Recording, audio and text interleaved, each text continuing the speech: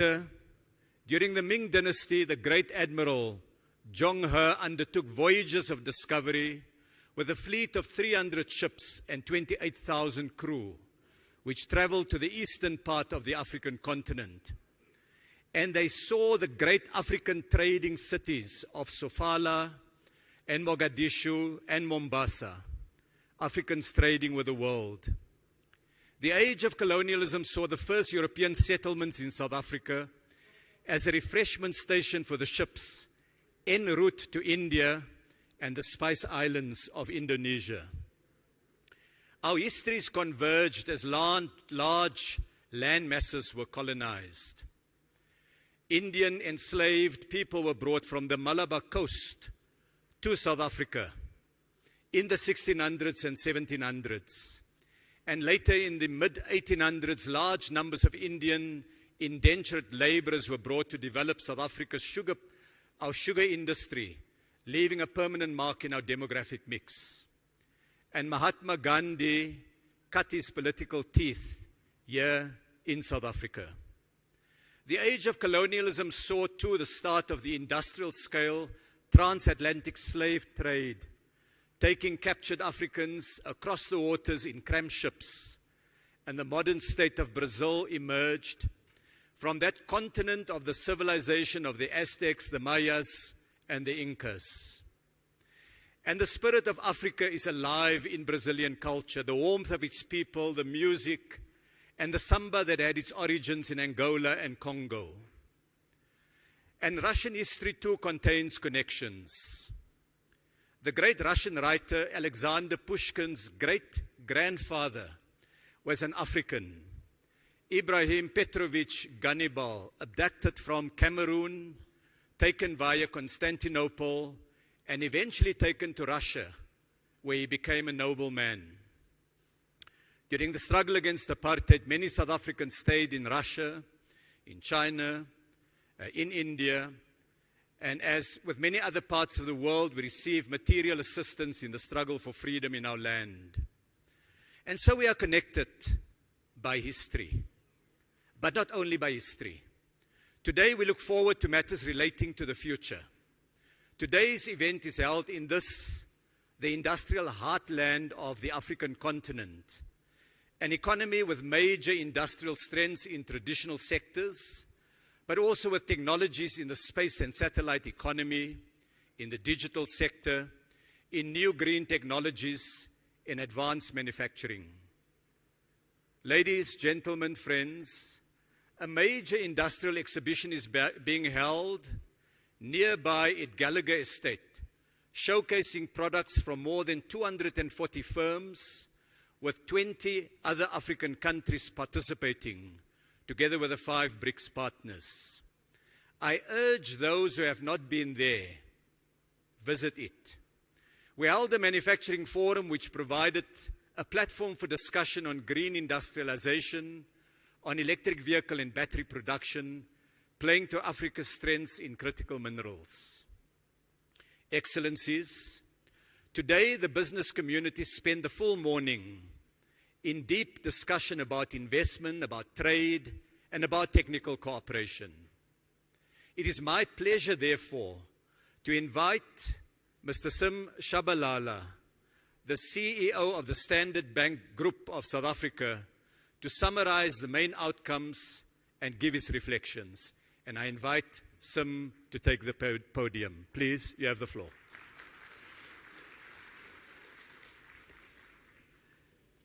Thank you very much indeed, Mr. Minister, for that kind introduction. Your Excellencies, ladies and gentlemen, it's a tremendous privilege to present this high-level feedback on the BRICS Business Forum 2023.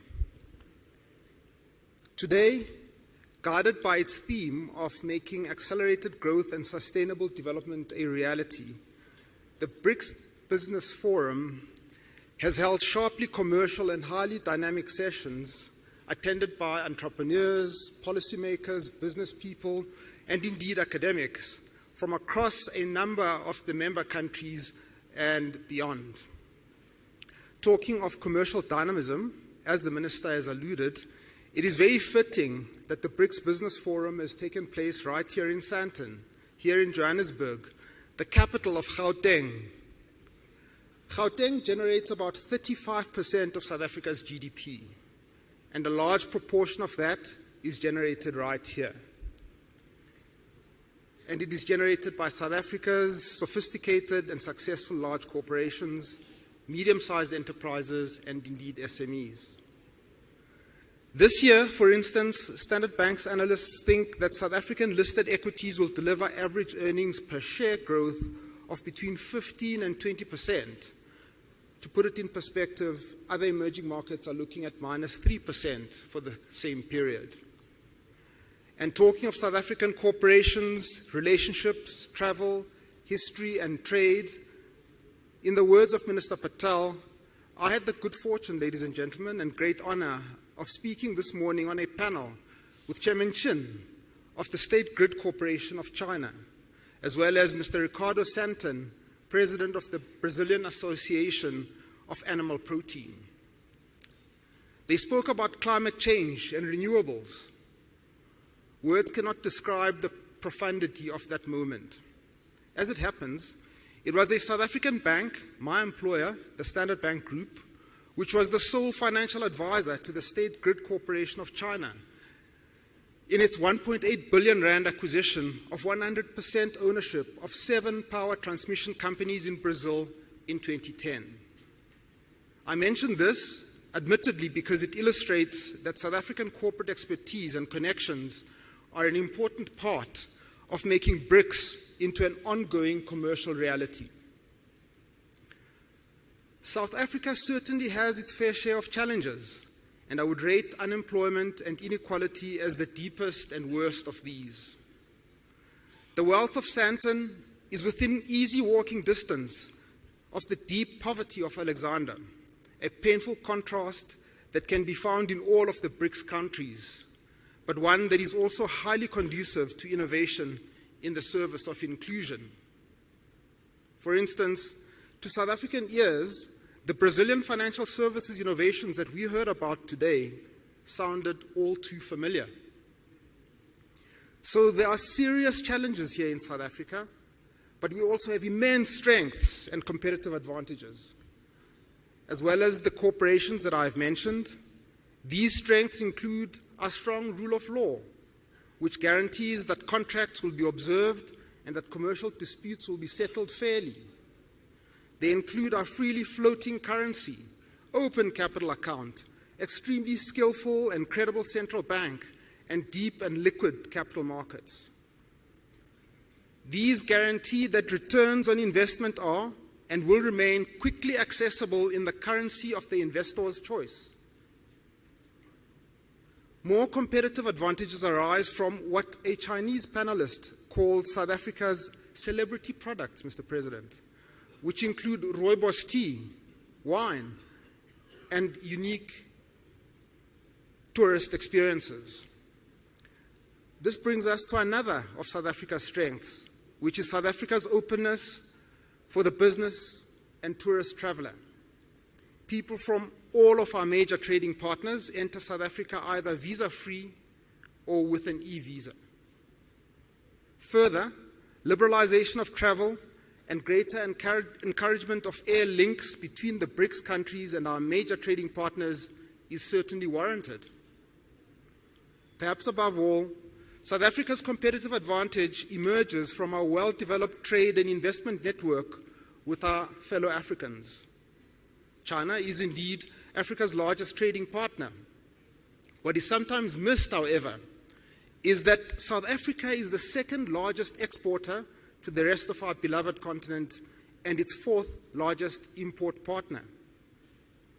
Of course, investors from the BRICS and worldwide do very much want to buy into Africa, given our continent's uniquely favorable demographics, immense natural resources, potential for low-cost industrialization, and increasing market integration under the Africa Continental Free Trade Area.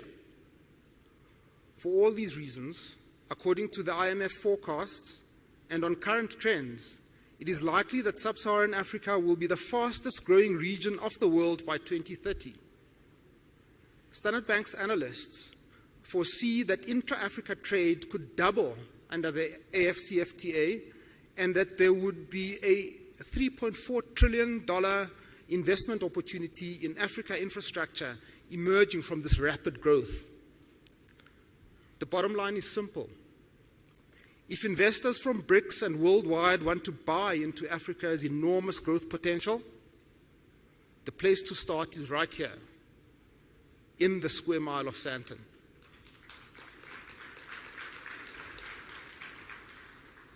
Today's discussions have examined current intra-BRICS trade and investment trends and explored tangible solutions to unlocking further trade and investment opportunities in the BRICS nations and worldwide. Given that the BRICS nations are agricultural powerhouses, agricultural production and trade were discussed in detail, with many useful comparisons, contrasts, and cross-learnings emerging. Participants were firmly of the view that much room exists for improvement across the BRICS nations regarding agricultural trade and market access. The same is true of Africa in general. Given the investments and the right policy environment, Africa can become the breadbasket of the world during this century, what Mr. Motsepe called the African century. Another important topic was the just transition. A participant argued, a just transition refers to shifting towards a sustainable and inclusive economy characterized by both social equity and environmental sustainability. Renewable energy is an enormous opportunity for public sector collaboration and private sector investment and trade right across the BRICS and beyond. The theme of entrepreneurship featured strongly. A vibrant SME sector is often the most efficient way to create jobs. And some SMEs become unicorns and even mighty multinationals such as BYD and Tencent of China. Of course, for this to happen, countries need favorable business environments, strong education systems, and the appropriate financing institutions. Participants further argued that opening up market access to entrepreneurs across all BRICS presents an exciting opportunity to foster trade and job creation, and this again highlights the value of strong travel links and appropriate visa regimes. Within the general theme of entrepreneurship, there was much discussion of the role of fintechs, an area in which BRICS countries have already established a great deal of expertise and success. On finance for SMEs, participants pointed out, correctly, that startups are particularly vulnerable to sudden and sharp increases in interest rates. One of the roles for DFIs, therefore, is to provide concessional and patient capital for promising SMEs. Two essential preconditions for a financial system that is able to support both micro-enterprises and lower-income households are the democratization of data and universal access to a stable and credible form of identification. India has led the developing world on both access to data and ID, as has Brazil. In Africa, Kenya's rapid and sustained growth has also been powered by a significant pioneering use of mobile phone to create universal access to finance. The forum discussed the international payment system in some detail. From an African point of view, a highlight of this conversation was the discussion of the Pan-African payment system, which has immense potential to stimulate trade and growth by increasing the spend and certainty and reducing the costs of cross-border payments in Africa. Participants also debated the question of whether a BRICS currency is possible or even desirable, with strong views expressed both for and against, with little consensus being reached. Seen from a banker's perspective, the debate would probably progress more fruitfully if the discourse maintained a sharper conceptual distinction between international payments on the one hand and reserve currencies on the other. For example, and as the example of the PAPS illustrates, under certain circumstances it may be possible to simplify international trade and the attendant payments using a collection of domestic currencies without any reference to any international reserve currency. It's also important to be realistic about the necessary characteristics of an international reserve currency. These include being a currency issued by a central bank with very high credibility in the implementation of monetary policy, being the currency of a state or supranational entity with an equally strong track record of fiscal policy and meeting its debts, being freely available in large quantities in many jurisdictions, and full convertibility at all times. This set of characteristics cannot be quickly wished or agreed into existence, but can only emerge over a multiple of years as a track record of impeccable credibility and very wide use is built up. Finally, the forum also heard of the pleasing progress that is being made in institutional development, setting up sector-specific work streams which allow for concentration and focus on areas of common interest in infrastructure, manufacturing, energy, and financial services. In conclusion, today's discussions have been a very useful step in further unlocking the immense potential for trade and investment amongst the BRICS member countries. Thank you ever so much for your attention.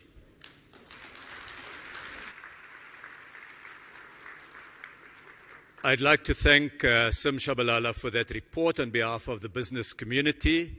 I'd also like to welcome a large number of esteemed guests and delegates, members of cabinet from a number of different countries, heads of the BRICS Business Council chapters, ambassadors and high commissioners. It's now my pleasure to invite the President of the Republic of South Africa, our host, who has inspired us with a vision of Africa and her place in the world.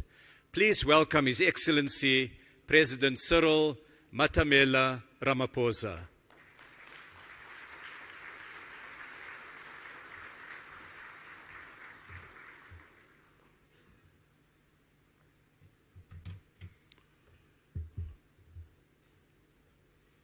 Thank you, Program Director, Minister Ibrahim Patel, Your Excellency President Luis Lula da Silva, Your Excellency Prime Minister Narendra Modi,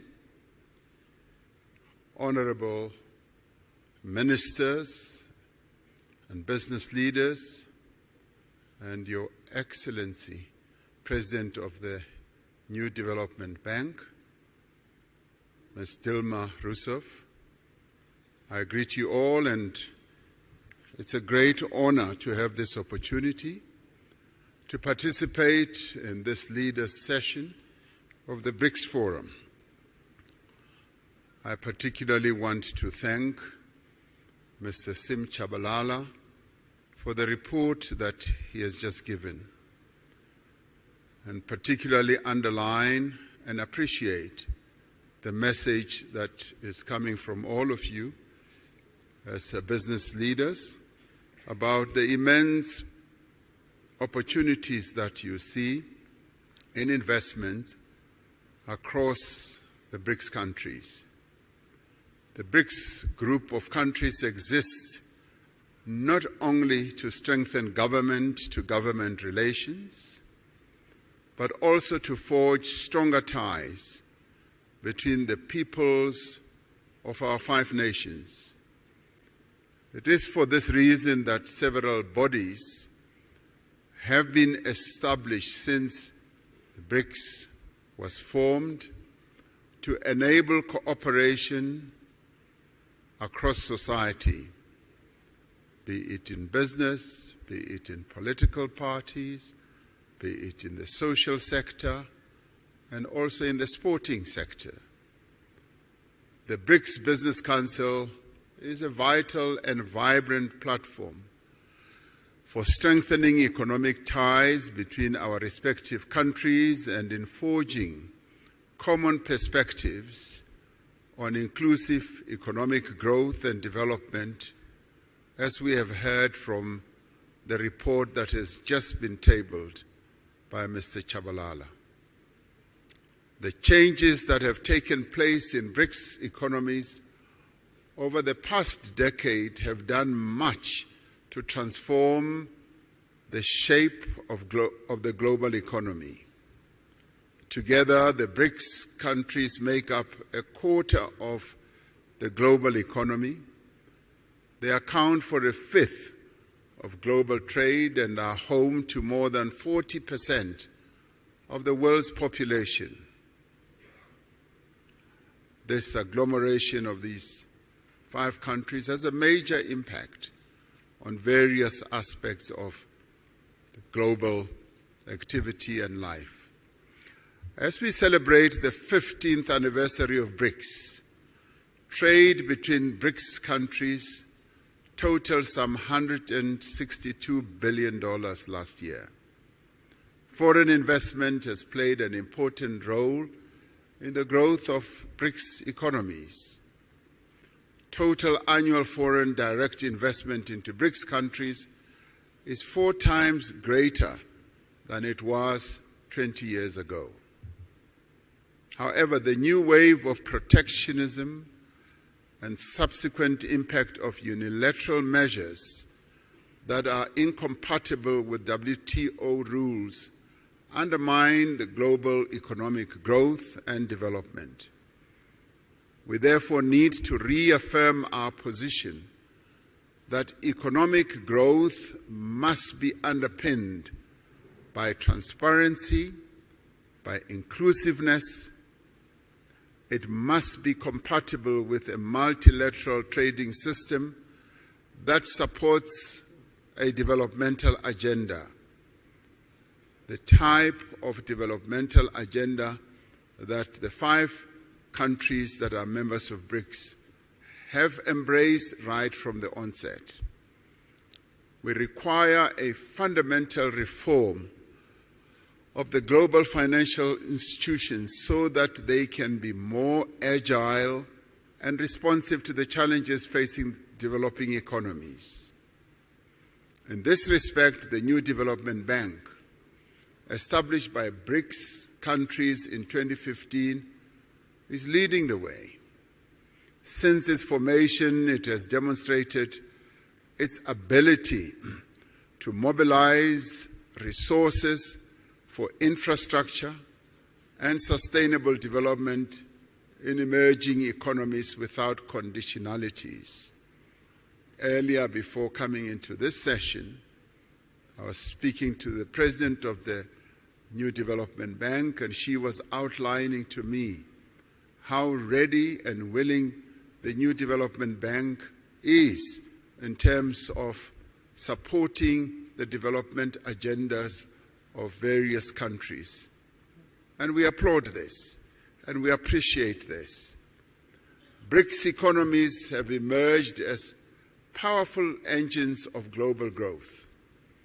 Yet the rapid economic, technological, social changes underway create new risks for areas such as employment, equality, as well as poverty in many of the BRICS countries. It is quite heartwarming to hear you as business people, as one listened to Mr. Chabalala's report, also focusing on issues such as poverty reduction and elimination, and inequality as well.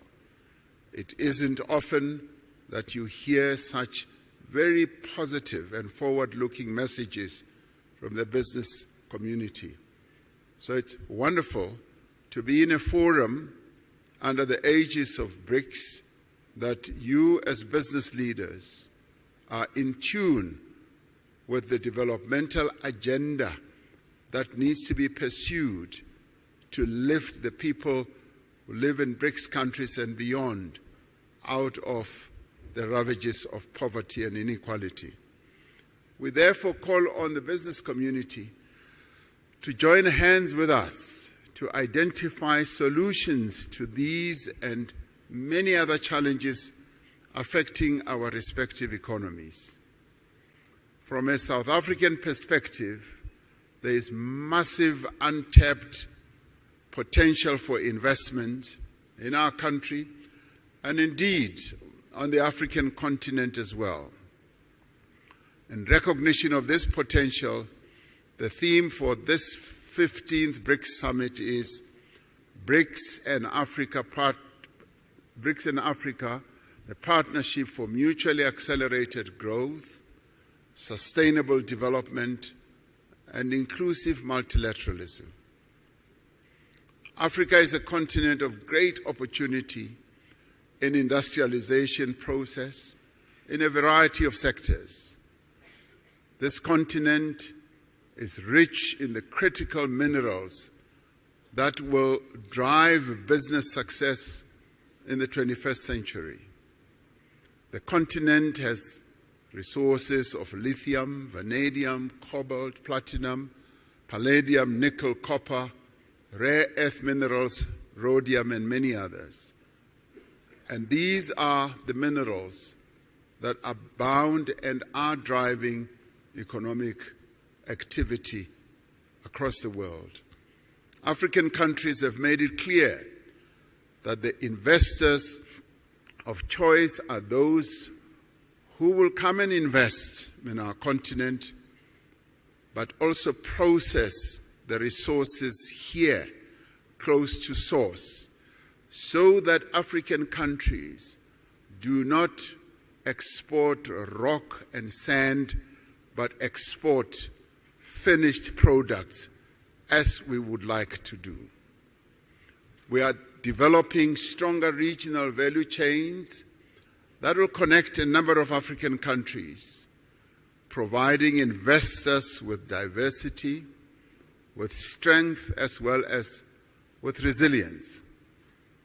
The African Continental Free Trade Area creates a single market that is expected to grow to 1.7 billion people and nearly $7 trillion in consumer and business spending by 2030.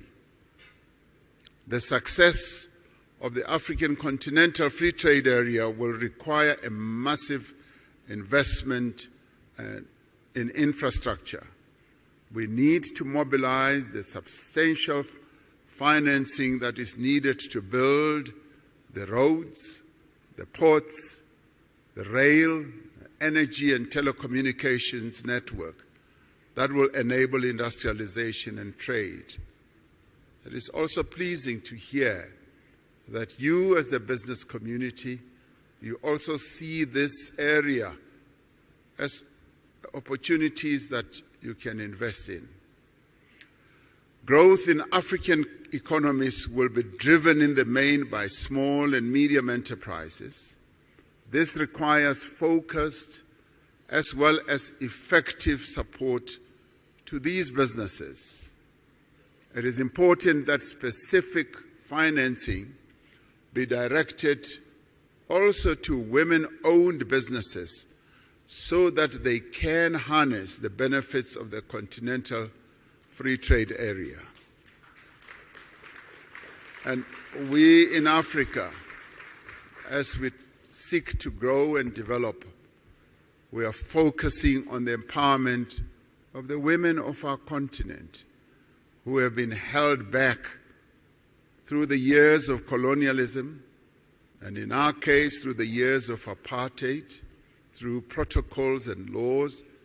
And we are saying we need to free the women of our continent so that they can trade, so that they can be in business and grow the economies of our various countries.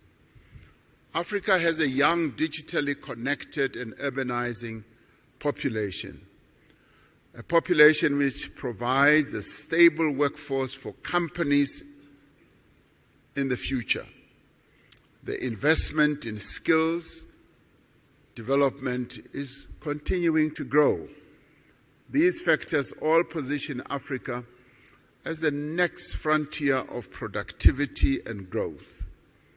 The BRICS countries have an opportunity to contribute to and participate in Africa's growth story. This can be achieved through greater cooperation in areas such as infrastructure, agriculture, manufacturing, new energy, and the digital economy. I was pleased to hear that these are also areas that you as business people are focusing on. South Africa has an important position in growing the African market, facilitated by the Africa Continental Free Trade Area and other free trade agreements. South Africa's industrial strength, our mineral endowments, and our large market opportunities provides a compelling value proposition for companies wanting to establish their businesses here. South Africa has significant industrial capacity, with Africa's most advanced industrial innovation and fabrication base. Firms that have invested here recognize that South Africa has deep local capital markets and strong financial systems. We have a diverse and sophisticated economy, and this country possesses world-class infrastructure, skills, abundant natural resources, industrial clusters, and a host of incentives to support investment. And many investment and partnership opportunities exist in renewable energy, in infrastructure, in aquaculture, in ICT, automotives, pharmaceuticals, and advanced manufacturing, amongst others. It is clear from the report that we have just received that this has been a very productive business forum. And I'd like, as I end, to commend the BRICS Business Council, the respective ministers from the BRICS countries and officials, and all business leaders who have made a meaningful contribution for the success of this business forum, and to have all of you, almost 1,500, I'm told, to have this, what I see as a very successful business forum. I sincerely hope that your participation in this BRICS Business Forum will yield the productive outcomes that are required for us to catapult BRICS economies towards a more equitable and accelerated growth. In 2 hours or so, the BRICS leaders will sit together in a retreat to discuss a number of BRICS-related matters, and one of those is the expansion of BRICS. A number of countries, some of which are represented here, are seeking to be part of this BRICS family. And we appreciate that. It goes to show that the BRICS family is growing in its importance, in its stature, and also in its influence in the world. And we will be taking into account the various desires of various countries to be part of BRICS. So we hope to take into account the report of your discussions here as well, as we consider the way forward with BRICS. Your participation here really strengthens the BRICS story. It confirms that BRICS is an important player in the geopolitical and economic architecture of the world. And so we hope that it will continue to be so. Thank you very much for participating. We thank you.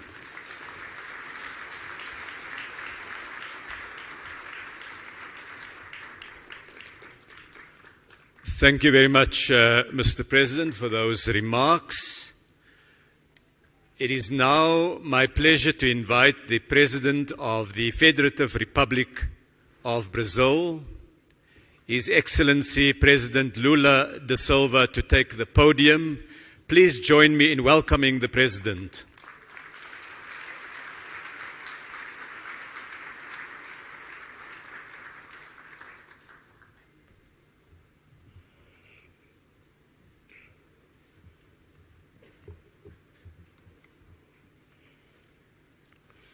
Gostaria de cumprimentar o presidente Ramaphosa, presidente da África do Sul. Gostaria de cumprimentar os ministros. Gostaria de cumprimentar a presidenta do novo Banco Cooperativo Dilma Rousseff. Gostaria de cumprimentar os empresários e as empresárias aqui presentes. E gostaria, sobretudo, de saudar o governo sul-americano pela realização desse fórum empresarial. Quero expressar a minha satisfação por compartilhar este evento com os demais líderes dos países dos BRICS. Agradeço também a todos os empresários e empresárias presentes, em especial a direção do Conselho Empresarial, que completa 10 anos. O estabelecimento de parcerias entre os setores privados é uma dimensão muito relevante do BRICS, e que dá vida e continuidade às relações entre países. Desde a primeira cúpula de chefes de Estado e de governo, nossa participação na economia global vem se ampliando.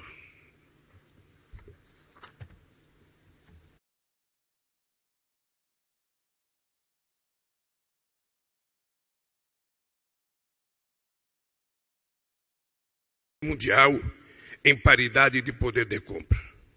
Projeções indicam que os mercados emergentes em desenvolvimento são aqueles que apresentarão maior índice de crescimento nos próximos anos. Segundo o FMI, enquanto os países industrializados devem desacelerar seu crescimento de 2,7% em 2022 para 1,4% em 2024, o crescimento previsto para os países em desenvolvimento é de 4% nesse próximo período. Isso mostra que o dinamismo da economia está no sul global e os BRICS é sua força motriz. O estoque de investimento externo direto dos BRICS no Brasil cresceu 167% entre 2012 e 2021. Atingindo 34,2 bilhões de dólares. Hoje, quase 400 empresas do bloco operam no Brasil. Depois dos últimos 6 anos de retrocesso e estagnação, o Brasil vai voltar a gerar empregos de qualidade, a combater a pobreza e a... Apresentei há 2 semanas o novo PAC, Programa de Aceleração do Crescimento. O plano prevê a retomada de empreendimentos paralisados, suspending projects, accelerating ongoing projects, and also selecting new projects. It is a comprehensive program with many opportunities that may be of interest of investors from BRICS countries. We hope to mobilize $340 billion for modernizing our logistics infrastructures with investments in motorways, railways, waterways, ports and airports. We will also give priority to the generation of solar and wind power, as well as biomass, ethanol and biodiesel. We have immense potential for generating green hydrogen. We shall establish partnerships between government and the business community in all areas through concessions, public-private partnerships and direct contracts. In order for investment to grow again and drive development, we need to ensure more credibility, predictability, and legal certainty, as well as political and social certainty for the private sector. For this reason, I have advocated the idea of greater financial integration where we could have a new reference unit which would not replace our national currencies. The financing needs, the unmet financing needs of developing countries remains high.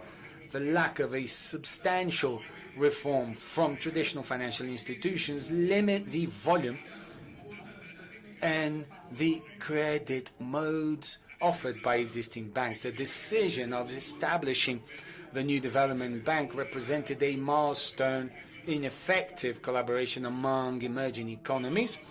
Our joint bank must be a global leader in the financing of projects that address the most pressing challenges of our time.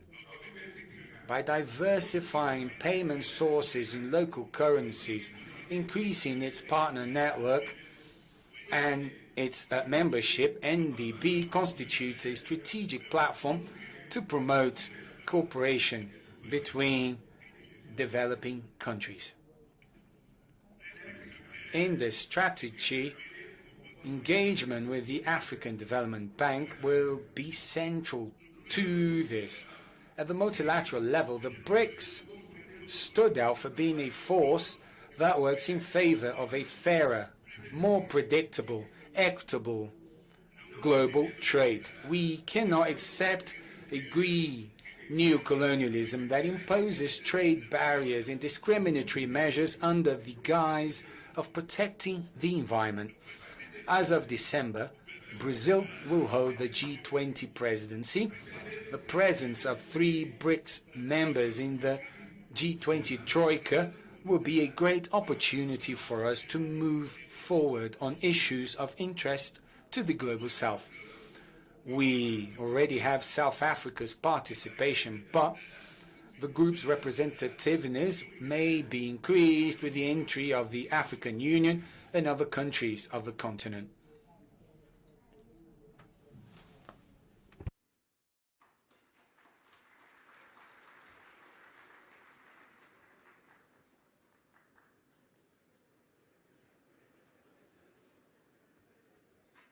Is just a water break.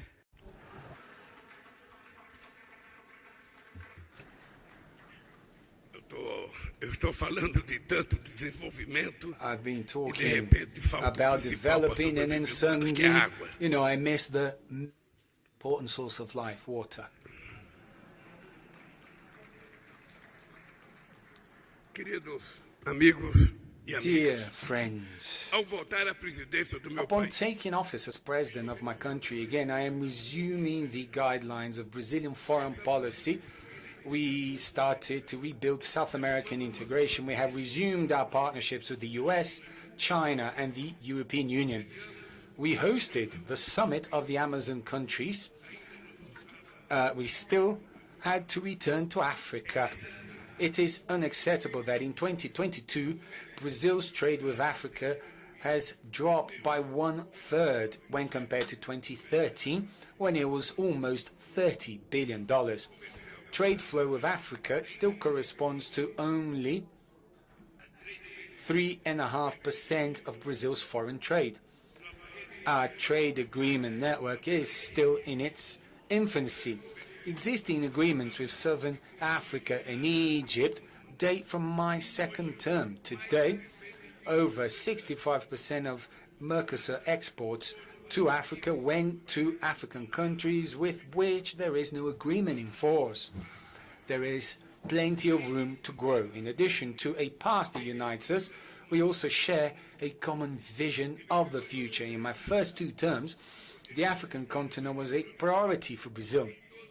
I have made 12 trips to Africa and have been to 21 countries. Brazil is back on the continent where it should never have left. Africa has vast opportunities and enormous potential for growth.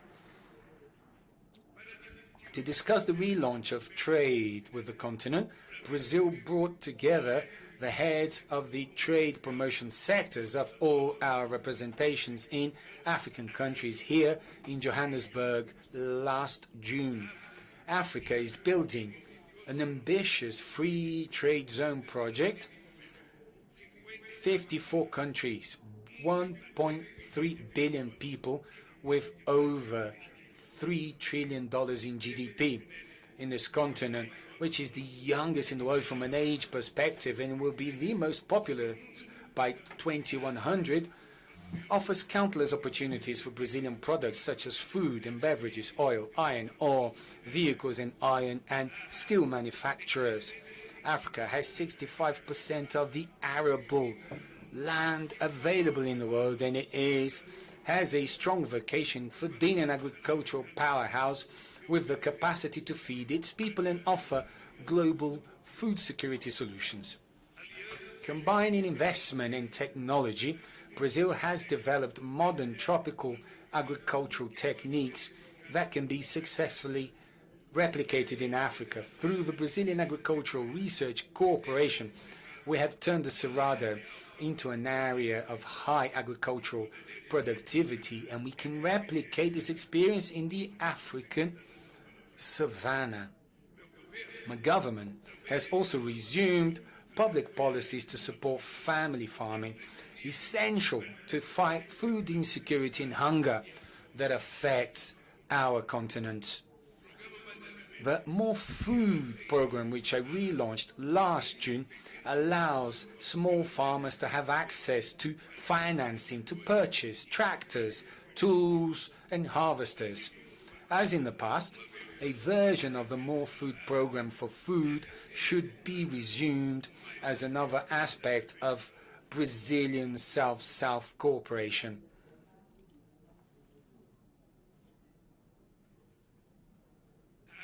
Africa is also at the heart of the digital and energy transitions. Internet coverage already reaches most of the African population, and digital innovation centers and financial technology services companies are multiplying, strengthening the Brazilian health complex. Strengthening may lead to ample opportunities for cooperation with South America. The African continent has important ore reserves such as, essential ore such as lithium or cobalt that will play a strategic role. So that we do not remain as exporters of primary products, we must make the most of this opportunity to forge the integration of our production chains and add value to the goods and services that we produce in a sustainable manner. Africa is the region of the world that emits the least amount of greenhouse gases. However, this does not mean that it does not have to face the most perverse consequences of global warming, such as droughts, floods, fires, and cyclones. Brazil and many African countries have comprehensive plans to renew their energy mixes. We share the responsibility of caring for tropical rainforests and preserving biodiversity. We share the common concern of fighting the desertification process. Environmental and ecosystem services provided by rainforests to the world, they must be paid for in a fair and equitable manner. Social diversity products can generate jobs and income and offer alternatives to the predatory exploitation of natural resources.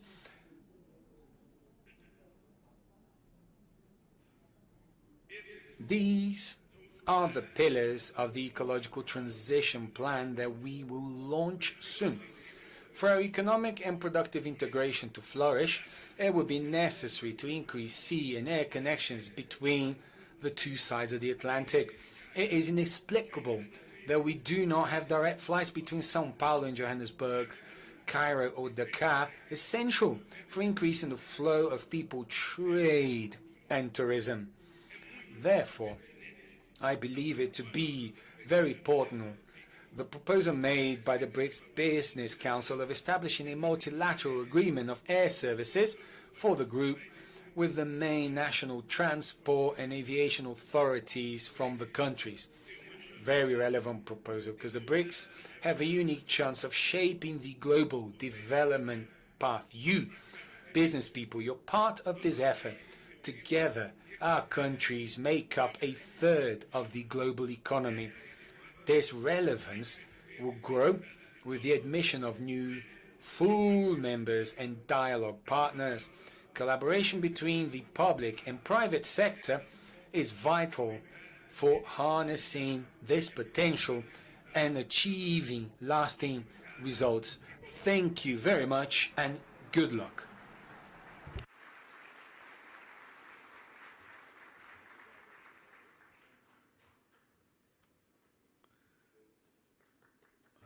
Obrigado. I thank His Excellency President Lula da Silva. Our next speaker is the President of the Russian Federation, His Excellency President Vladimir Putin, who, while he's not able to be with us, will address us via video. I now ask that the video recording be started.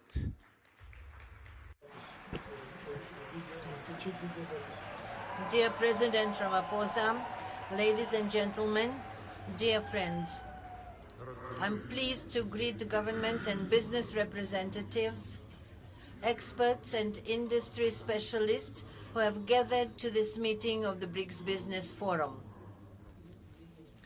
I would like to note that holding such business forums on a regular basis, along with the systematic work of the BRICS Business Council, which brings together top businessmen and heads of major companies of the 5 countries, plays an immense practical role in promoting mutual trade and investments, enhancing cooperation ties, and expanding direct dialogue among business communities, and thus effectively contributes to accelerated socio-economic growth of our states and achievement of sustainable development goals.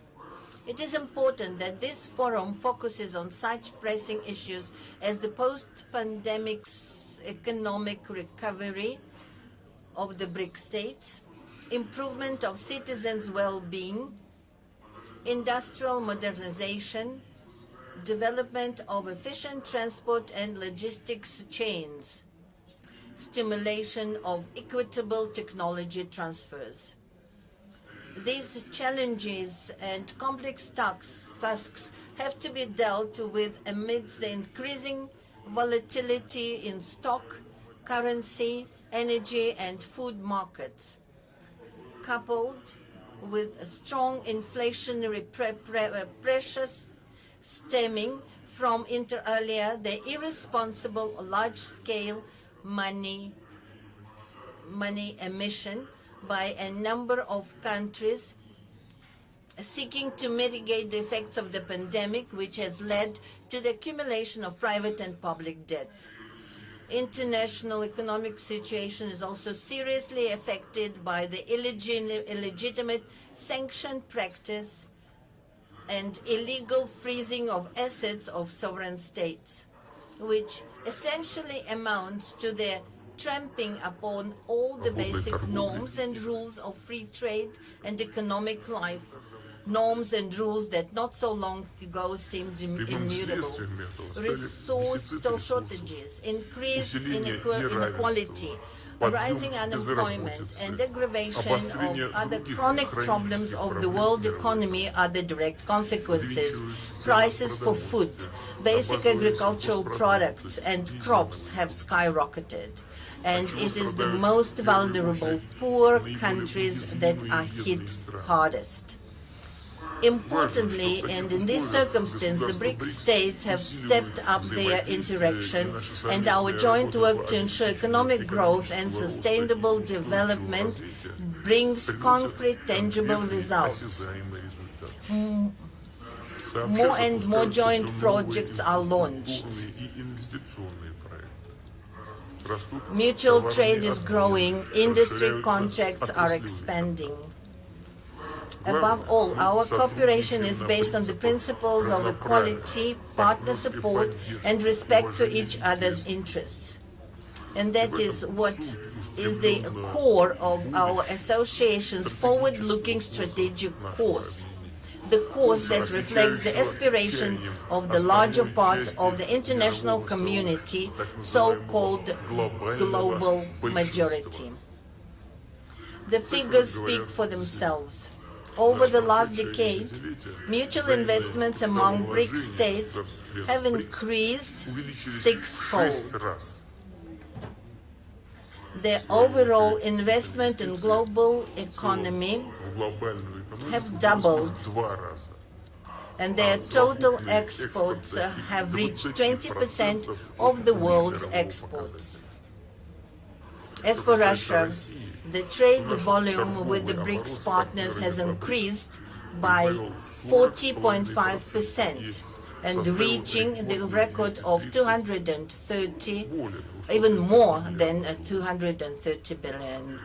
And the first half of this year, it grew by 35.6% as compared with the same period in 2022, and it reached $134.7 billion. I would also like to point out that the share of the BRICS countries, with their population totaling more than 3 billion people, now accounts to nearly 26% of the global GDP. And our 5 countries are ahead of G7 in terms of purchasing power parity, with 35.1% against 30% forecast for 2023. The objectives and irreversible process of de-dollarization of our economic ties is gaining pace. We are working to fine-tune effective mechanisms of mutual settlements and monetary and financial control. As a result, the share of US dollar export and import operations within BRICS is declining. Last year, it was only 28.7%. In fact, this summit is to discuss the entire range of issues related to the transition to national currencies in all areas of economic cooperation between our 5 nations. The new BRICS Development Bank, which has already become a credible alternative to existing Western development institutions, has a great role to play in these efforts. It is only natural that enhancing connectivity and creating new resilient transport routes has become a shared priority in cooperation between our 5 countries. In this context, the BRICS Business Council's initiative to elaborate modern intermodal logistics solutions and develop railway transport corridors is of particular importance. For this part, Russia actively works to redirect its traffic and logistics flows to reliable foreign partners, including BRICS states. Our flagship project includes the Northern Sea route and the new international North-South transport corridor. These 2 major transport routes aim to provide the shortest and most cost-effective trade routes to link major industrial, agricultural, energy hubs with consumer markets. With regards to the Northern Sea route, I would like to emphasize that Russia has already adopted and launched a large-scale, multi-year plan to develop its infrastructure. We intend to build fuel terminals, hub ports, to ensure connections with the road and rail transport.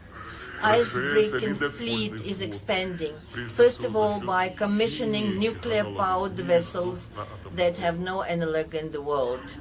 As for the North-South transport corridor, it will connect Russian ports of the Northern Seas and the Baltic and with offshore terminals in the Persian Gulf and Indian Ocean, thereby providing opportunities to increase cargo transportation between Eurasian and African countries. Besides, this will certainly give impetus to developing new industrial, trade, and logistics facilities along those routes. Russia stands for greater cooperation within the BRICS on reliable and uninterrupted supplies of energy and food resources to the world market.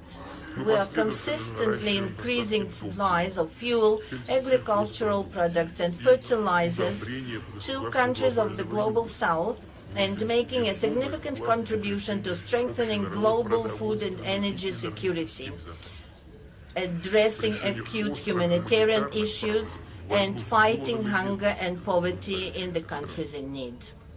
All these issues, in particular, were discussed in depth at the recent Russia-Africa Summit.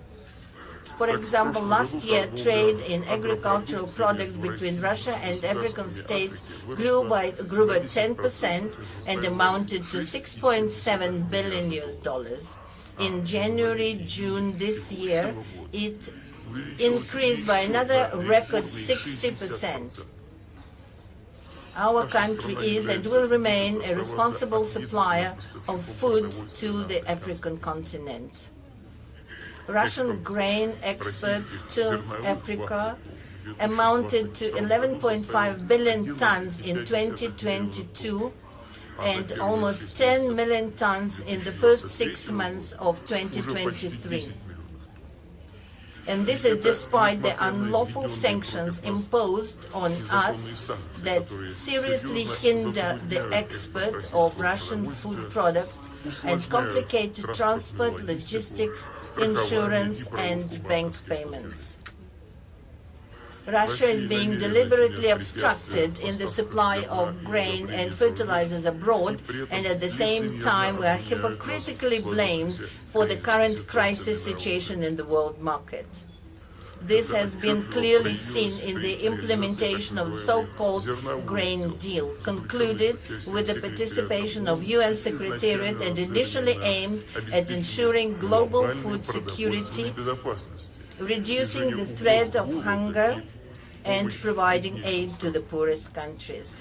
We have repeatedly drawn attention to the fact that in a year under the deal, a total of 32 million tons of cargo has been exported from Ukraine, of which over 70% have reached high and upper middle income countries, including the European Union, first of all, and only about 3% have gone to the least developed countries, less than 1 million tons. None of the terms of the so-called deal concerning the lifting of sanctions imposed on Russian exports of grain and fertilizers to world market have been fulfilled. Obligations to Russia in this regard have been simply ignored. Even our free transfer of mineral fertilizers blocked in European ports have been obstructed. In fact, that is purely humanitarian campaign that should not in principle be subject to any sanctions. With these facts in mind, since 18 July we have refused to further extend the so-called deal, and we will be ready to get back to it, but to get back only if all obligations to the Russian side are truly fulfilled. I have repeatedly said that our country has the capacity to replace Ukrainian grain both commercially and as free aid to needy countries, especially since our harvest is again expected to be perfect this year. As a first step, we have decided to graciously provide 6 to 6 African countries 25 to 50,000 tons of grain, each with free delivery of these cargoes. Negotiations with the partners are going to an end. Among the priority lines of interactions, we see also further coordination of the approaches of the BRICS participants on the subject of supporting small and medium-sized enterprises. This is is an important part of the overall economic agenda of the Group of Five, which implies the assistance of the widest circles of citizens involved in business regarding the issues of administrative and tax regulation, digitalization, electronic commerce, and participation in the value chains. I would note that thanks to the state support programs, the entrepreneurs from the BRICS countries successfully adapt to the constantly changing situation in the global market.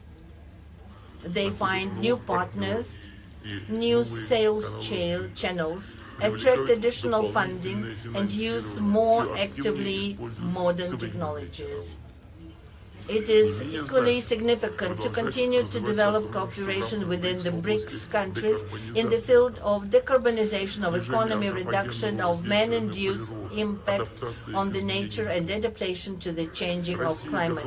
Russia is ready to work jointly to promote more balanced approaches to the climate change in the international arena. Our country is consistently implementing the National Low-Carbon Development Strategy. We plan to reach the carbon neutrality of the Russian economy not later than 2060, including through the introduction of technological innovations, modernization of infrastructure, for access to affordable and clean energy, conservation of ecosystems on land and sea. We believe that the implementation of the climate goals can be facilitated by a variety of technologies, including those that have been in use for a long time already, such as nuclear generation, hydropower, gas motor fuel. To sum it up, I would like to reiterate that the multifaceted partnership and cooperation within the BRICS is not only makes a significant contribution to ensuring sustainable growth of our states, but also generally promotes the healthy global economy and successful achievement on the global development goals and targets set by the UN to fight poverty, expand people's access to quality health care, eradicate hunger, and improve food security. Therefore, I'm confident that the BRICS Business Forum and Business Council will continue their creative work aimed at the improvement of contacts between the entrepreneurial circles of the countries of the Group of Five and joint implementation of mutually beneficial projects. In conclusion, I would like to invite representatives of the business circles to our countries to come, to the Eastern Economic Forum in Russia that will take place in 10 to 13 September in the city of Vladivostok, where by tradition there will be discussion of issues that are of interest, including the business community of the BRICS countries. Thank you very much for your attention.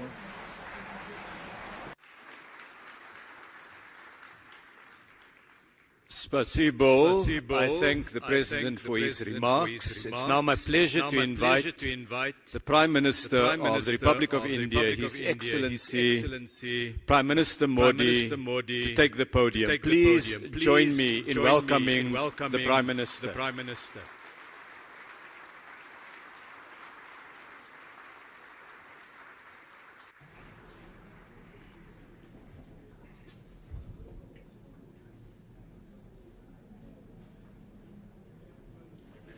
Excellencies, leaders of BRICS business community, my namaskar, good evening to you all. I am glad that immediately after arriving in South Africa, our very first engagement is the BRICS Business Forum. First and foremost, I thank President Ramaphosa for his invitation and for organizing this meeting. My heartiest congratulations and best wishes on the 10th anniversary of the BRICS Business Council. In the last 10 years, the BRICS Business Council has played a vital role in enhancing our economic cooperation. In 2009, when the first BRICS Summit was held, the world was just coming out of a massive financial crisis. At that time, BRICS emerged as a ray of hope for the global economy. In the present times also, amongst the COVID pandemic, tensions, and disputes, the world is dealing with economic challenges. In such times, once again, the role of BRICS countries is important. Friends, despite volatility in global economy, India is the world's fastest growing major economy. Very soon, India will become a $5 trillion economy. There is absolutely no doubt that in the coming years, India will be the growth engine of the world. And the reason for this is that India has converted crises and difficulties into opportunities for economic improvements. In the last few years, we have carried out reforms in mission mode, and these reforms have helped in continuously improving ease of doing business in India. We have also reduced the compliance burden. We have removed red tape and instead laid the red carpet. There has been a boost in investor confidence due to introduction of GST and the implementation of the Insolvency and Bankruptcy Code. Areas such as defense and space that were considered restricted have today been opened up for the private sector. We have laid special focus on public service delivery and good governance. By leveraging technology, India has taken a massive leap towards financial inclusion. The maximum benefit of this has reached our women in rural India. Today, with one click, millions of people in India get direct benefit transfers. So far, more than $360 billion of such transfers have been made. This has increased transparency in service delivery and reduced corruption and middlemen. India has the cheapest per gigabyte cost. Today, in India, from street vendors to large shopping malls, all use UPI, that is, the Unified Payments Interface. Today, India is the country with the highest number of digital transactions in the world. Countries like UAE, Singapore, France are also joining this platform. There are several possibilities of working on this with BRICS countries also. The large-scale investment being done on infrastructure in India is changing the country's landscape. In this year's budget, we have kept a provision of approximately $120 billion for infrastructure. By way of this investment, we are laying a strong foundation for a new India of the future. Rapid changes are coming into effect in all areas of railways, roads, waterways, and airways. Today, in India, new highways are being constructed at a speed of 10,000 kilometers per year. The number of airports has doubled in the last 9 years. We have implemented the production-linked incentives with an objective to promote investment and production, with logistics costs reducing. The manufacturing sector of India is becoming competitive. India is amongst world leaders in the area of renewable energy. We are taking active steps to make India a global manufacturing hub in areas such as solar energy, wind energy, electric vehicles, green hydrogen, green ammonia. It is but natural that with this, India will become a huge market for renewable technology. Today, India has the world's third largest startup ecosystem. There are more than 100 unicorns in India currently in areas such as IT, telecom, fintech, AI, and semiconductors. We are moving forward with a vision of Make in India, Make for the World. All of these efforts have directly had a positive impact on the lives of common people. In the last 9 years, the income of people has increased approximately 3 times. Women's participation in the economic development of India has been significant. From IT to space, from banking to healthcare, women have worked shoulder to shoulder with men and are contributing to the country's progress. The people of India have resolved to become a developed nation by 2047. Friends, I invite all of you to be a part of India's development journey. The COVID pandemic has taught us the importance of resilient and inclusive supply chains. For this, mutual trust and transparency are extremely important. By bringing our strengths together, we can make significant contributions to the welfare of the world, especially the Global South. Excellencies, once again, I congratulate the leaders of the BRICS business world for their contribution. I also thank my friend, President Ramaphosa, for his excellent arrangements for this meeting. Thank you very much.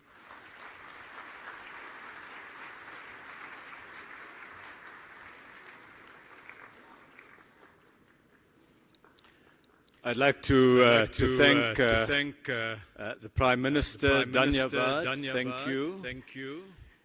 We now have a statement by His Excellency President Xi Jinping, President of the People's Republic of China, which will be delivered by Mr. Wang Wentao, the Minister of Commerce of the People's Republic of China. Please join me in welcoming Minister Wang to make the statement on behalf of President Xi.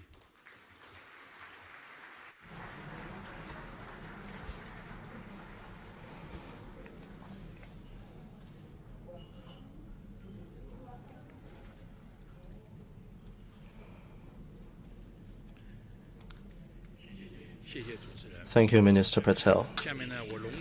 It is my great honor to read out the remarks on behalf of His Excellency Xi Jinping, President of the People's Republic of China, at the closing ceremony of the BRICS Business Forum 2023. Your Excellency President Guatemala Cyril Ramaphosa, members of the business community, ladies and gentlemen, friends, I wish to extend my warm congratulations on the success of the BRICS Business Forum in South Africa. 10 years ago here in South Africa, we BRICS leaders witnessed the birth of the BRICS Business Council. Since then, the Council has stayed true to its founding mission. It has seized opportunities to deepen cooperation, contributing to economic and social development of BRICS countries, and helping sustain global economic growth.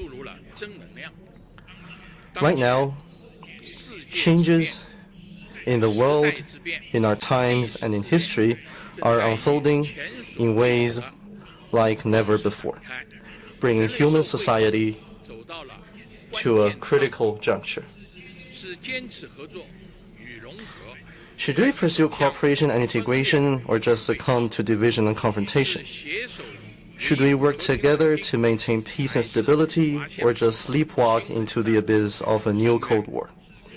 Should we embrace prosperity, openness, and inclusiveness, or allow hegemonic and bullying acts to throw us into depression?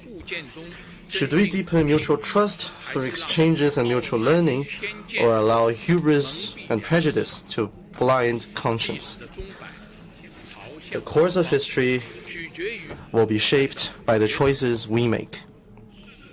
An ancient Chinese thinker observed that following the underlying trend will lead one to success, while going against it can only cause one to fail. We humankind have achieved notable economic development and social progress over the past decades, and that is because we have drawn lessons from the two world wars and the Cold War, followed the historical trend of economic globalization, and embarked on the right path of openness and development for win-win cooperation. Our world today has become a community with a shared future in which we all share a huge stake of survival. What people in various countries long for is definitely not a new Cold War or a small exclusive bloc. What they want is an open, inclusive, clean, and beautiful world that enjoys enduring peace, universal security, and common prosperity. Such is the logic of historical advance and the trend of our times. 10 years ago, I made a proposition of building a community with a shared future for mankind, calling on all countries to build this planet we all call home into a harmonious family. In the face of high winds, choppy waters, and even treacherous storms, we in all countries need to uphold the correct views of the world, of history, and of our overall interests, and act to translate the vision of a community with a shared future for mankind into reality. We need to promote development and prosperity for all. Many emerging markets and developing countries have come to what they are today after shaking off the yoke of colonialism. With perseverance, hard work, and huge sacrifices, we succeeded in gaining independence and have been exploring a development path suited to our national conditions.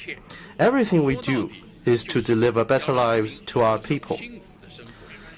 But some country, obsessed with maintaining its hegemony, has gone out of its way to cripple the emerging markets and developing countries. Whoever is developing fast becomes its target of containment. Whoever is catching up becomes its target of obstruction. But this is futile, as I have said more than once, that blowing out others' lamp will not bring light to oneself. Every country has the right to development, and the people in every country have the freedom to pursue a happy life. With that in mind, I have proposed the Global Development Initiative with the goal of promoting development for all by the international community and boosting the UN 2030 Agenda for Sustainable Development. With the support of many countries, solid gains have been made in pursuing this initiative, with cooperation flourishing in various fields. China will work with all other countries to speed up cooperation under the Global Development Initiative, strengthen drivers of global development, promote the reform of the World Trade Organization in a comprehensive and in-depth manner, meet common challenges together, and make life better for people across the world. We need to achieve universal security. Recent years have seen a turbulent world. Many countries and regions are plagued by wars and conflicts, and many people are displaced. Members of the international community share the pressing hope to eradicate the root cause of conflicts and wars, and find a fundamental way to realize enduring peace and security globally. Facts have shown that any attempt to keep enlarging a military alliance, expand one's own sphere of influence, and squeeze other countries' buffer of security can only create security predicament and insecurity for all countries. Only a commitment to a new vision of common, comprehensive, cooperative, and sustainable security can lead to universal security. Last year, I put forward the Global Security Initiative, and it has gained support from over 100 countries and international organizations. China stands ready to jointly pursue this initiative with all others. We should have dialogue and oppose confrontation, forge partnership but not alliance, and pursue win-win outcome and oppose zero-sum game, and work together to build a community of security. We need to stay committed to exchanges among civilizations and mutual learning. One flower alone cannot make a beautiful spring. Only blossoming of a rich variety of flowers can bring spring to the global garden. Human civilization is colorful by nature. It is precisely because of their differences in history, culture, and system that all countries need to interact with each other, draw on each other, and advance together. Deliberately creating division with the assertion of democracy versus authoritarianism and liberalism versus autocracy can only split the world and lead to clash of civilizations. I've put forward the Global Civilization Initiative, calling for promoting diversity of global civilizations, the common values of humanity, and people-to-people and cultural exchanges and cooperation. China welcomes all other countries to get involved in cooperation under this initiative. We should encourage different civilizations to bring out their best and flourish together. We should break barriers to exchanges and renew human civilization. Ladies and gentlemen, friends, as an ancient Chinese philosopher observes, change is the nature of the universe. The collective rise of emerging markets and developing countries represented by BRICS is fundamentally changing the global landscape. Emerging markets and developing countries have contributed as high as 80% of global growth in the past 20 years, and their share in the global GDP has increased from 24% 40 years ago to more than 40%. Just as a line in the Chinese poem reads, "No mountains can stop the surging flow of a mighty river." Whatever resistance there may be, BRICS, a positive and stable force for good, will continue to grow. We will forge stronger BRICS strategic partnership, expand the BRICS Plus model, actively advance membership expansion, deepen solidarity and cooperation with other emerging markets and developing countries, promote global multipolarity and greater democracy in international relations, and help make the international order more just and equitable. The gathering between BRICS countries and more than 50 other countries in South Africa today is not an exercise of asking countries to take sides, nor an exercise of creating bloc confrontation. Rather, it is an endeavor to expand the architecture of peace and development. I'm glad to note that over 20 countries are knocking on the door of BRICS. China hopes to see more joining the BRICS cooperation mechanism.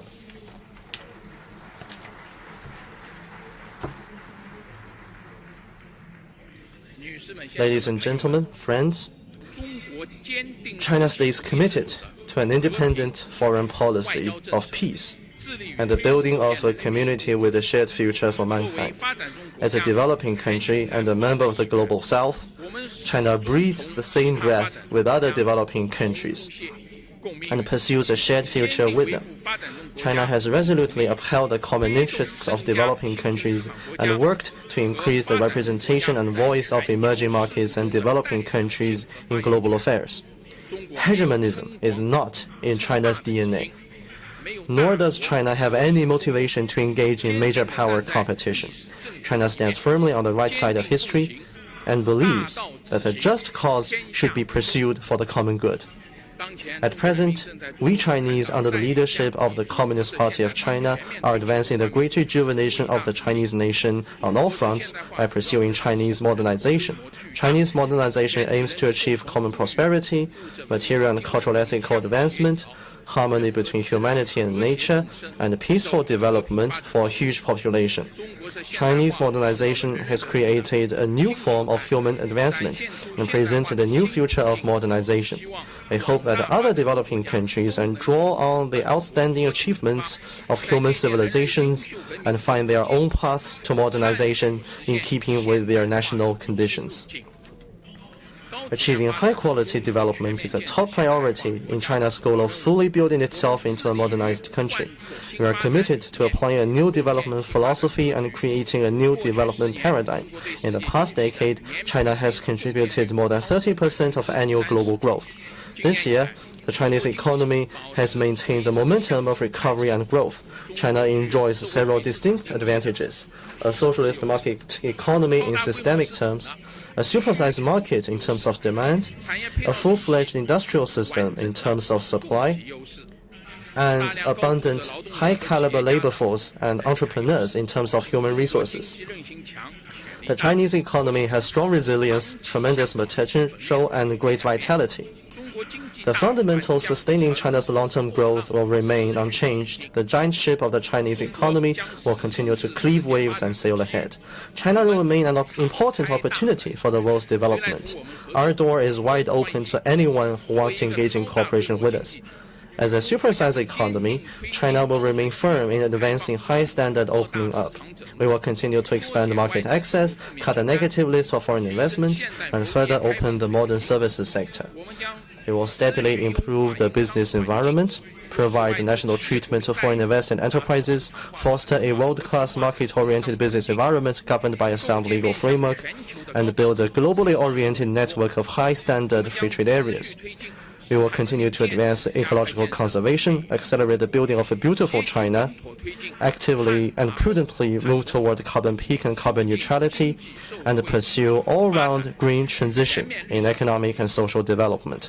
Going forward, as it endeavors to achieve modernization for its more than 1.4 billion people, China will surely contribute even more to the global economy and provide even more opportunities for the global business community.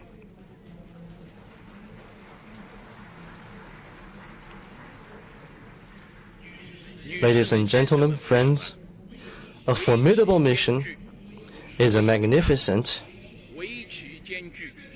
and glorious mission. As long as we work in unity and strengthen cooperation, we will not be intimidated by any risk or challenge on the way ahead, and we will surely steer the giant ship of human development to a brighter future. Thank you.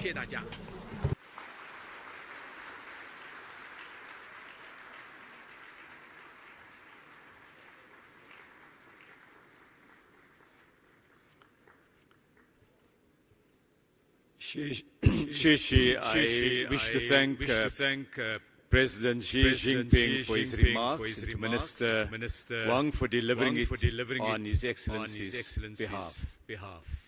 We've now heard the views of 5 heads of state, views representing more than 40% of the world's population. Their Excellencies too have heard the reports from the business community of the discussion you have had today. Ladies and gentlemen, this brings us to the close of this session. I want to thank very sincerely the heads of state, their Excellencies, for the time, for the insights, and for the comments that they've made. The heads of state will leave the stage now, and we say farewell to them as they proceed to their next meeting in what will be a busy few days. I ask that you join me in saying thank you to them as they take leave of absence from us.